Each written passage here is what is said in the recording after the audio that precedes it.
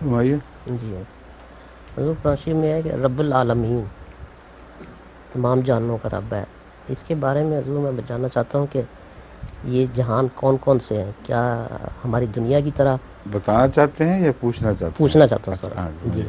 پوچھنا چاہتا ہوں کہ اس کے بارے میں کہ یہ دنیا ہماری دنیا کی طرح کی مخلوق اور بھی کی ہیں یا کہ؟ نہیں، عالمین جی میں تو مخلوق، زندہ مخلوق کی بحث تو نہیں ہے، جی ہر چیز جو موجود ہے، جی کائنات۔ اور عالمین سے مراد معلوم چیزیں، اور اسی لیے کائنات کہتے ہیں۔ اور معلوم چیزوں کا جہاں تک تعلق ہے، ہر شخص کے علم کے مطابق اس کی کائنات بدل جاتی ہے۔ ایک کیڑے کی کائنات اور ہے، کیونکہ اس کا عالم اتنا ہی ہے جتنی اس کو صلاحیت ہے سمجھنے کی یا ارد گرد محسوس کرنے کی۔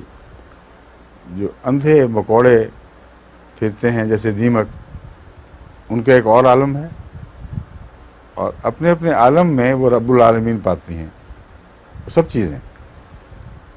بس عالم کا تعلق عالم سے ہے۔ عالم کا مطلب ہے علم رکھنے والا، عالم سے مراد ہے جس کا علم ہو۔ بس سوائے اللہ کے کوئی حقیقی عالم نہیں ہے، اور اللہ کے وینٹیج پوائنٹ سے سارا عالم ہمیشہ موجود رہے گا جب تک وہ ہے۔ اور باقی جتنے عالم ہیں وہ آئے تو عالم وجود میں آ گیا، گئے تو ختم۔ ہر ایک کا عالم اس کے ساتھ ہی مٹتا چلا جاتا ہے۔ اور سائنسدانوں نے، فلاسفرز نے یہ بحث اٹھا لی کہ چونکہ عالم کا تعلق انسانی فکر اور سوچ سے ہے، اس لیے عالم ہمارے دماغ میں ہی ہے، اور ہمارے پاس کوئی یقین نہیں ہے کہ باہر کی دنیا بستی بھی ہے کہ نہیں، کیونکہ انسانی دماغ میں بھی فرق ہے۔ کوئی پاگل پن میں ایک عالم بنا بیٹھتا ہے، اس پر پورا یقین رکھتا ہے کہ یہ عالم اسی طرح ہے، اور اس سے ڈرتا، ان چیزوں سے ان کی طرف لپکتا اگر پسند ہیں۔ تو ہمیں کیا پتا کہ یہ عالم ہے بھی کہ نہیں؟ عالم عالم سے وابستہ ہے، یہ بحث ہے جس کو اٹھا کر، کیونکہ انسانی جو وینٹیج پوائنٹ یعنی وہ مقام جہاں سے وہ دیکھ رہا ہے وہ غیر معتبر ہے۔ وہ انسان کے لحاظ سے فرق ہے۔ ایک انسان ایک چیز کو اور طرح دیکھ رہا ہے، ایک اور طرح دیکھ رہا ہے۔ ایک انسان آج ایک طرح دیکھ رہا ہے، کل دوسری طرح دیکھ رہا ہے۔ اس لیے انسانی زاویہ نگاہ یا اس مقام سے جہاں سے وہ نظارہ کر رہا ہے، کوئی عالم بھی حقیقی نہیں رہے گا، غیر معتبر ہو جائے گا۔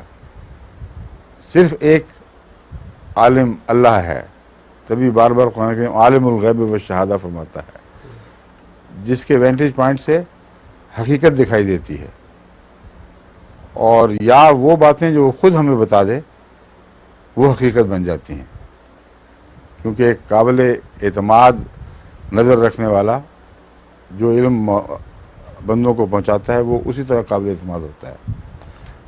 تو یہ عالم کی بحث ہے۔ اب عالمین میں آپ کس عالمین کی بات کر رہے ہیں؟ ایک بنی اسرائیل کا عالم بھی تھا، اس میں حضرت مریم کو عالمین پر فضیلت دے دی گئی۔ بنی اسرائیل کو بار بار فرمایا کہ ان کو سارے عالمین پر فضیلت دے دی، تو مسلمان بعد میں پھر کیا کرنے آئے؟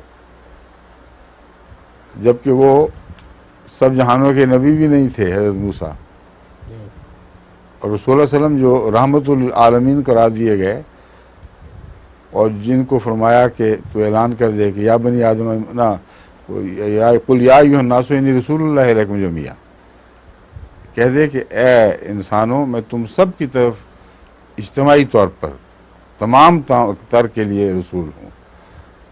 تو عالم بدلتا ہے تو پھر یہ ان باتوں کا معنی سمجھ آتے ہیں۔ اگر عالم کا ایک ہی معنی لیا جائے تو یہ متضاد باتیں ہو جائیں گی۔ ایک طرف یہود کو سارے جہانوں پر فضیلت دے دی، دوسری طرف ان کو سارے جہانوں کے لیے بھیجا ہی نہیں، اور رسول اللہ صلی اللہ علیہ وسلم کو سارے جہانوں کا رسول بنایا، اور آپ کی امت گویا کہ یہود کی امت سے بھی کمتر ہو گئی، کیونکہ عالمین سے مراد سارے عالم لے لیے جائیں گے، پھر یہ درست نہیں ہے۔ عالمین ہر نقطہ نظر اور ہر مقام سے دیکھا جائے گا، جس مقام سے کوئی دیکھ رہا ہے چیز، اس کی جو یعنی کیا کہتے ہیں اس کو وانٹیج پوائنٹ کو اردو میں؟ زاویہ نگاہ. نہیں، زاویہ تو نقطہ زاویہ ایک ہی چیز ہے. وہ جگہ جہاں سے وہ دیکھتا ہے، وہ مسرد جس سے بیٹھ کر وہ نظارہ کر رہا ہے، وہ فیصلہ کن ہوگا کہ اس کا عالم کیا ہے.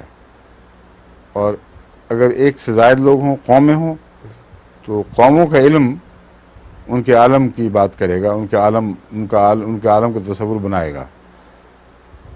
ہندوستان میں ایک لمبے عرصے تک یہی خیال تھا کہ صرف ہندوستان ہی ہے اور کچھ ہے ہی نہیں. ان کا سارا عالم وہی تھا، ان کے عالمین بھی وہی تھے. سمجھے؟ جی یہی پوچھنا چاہتے تھے؟ جی، یہ بس، اس کے شکریہ. بارے میں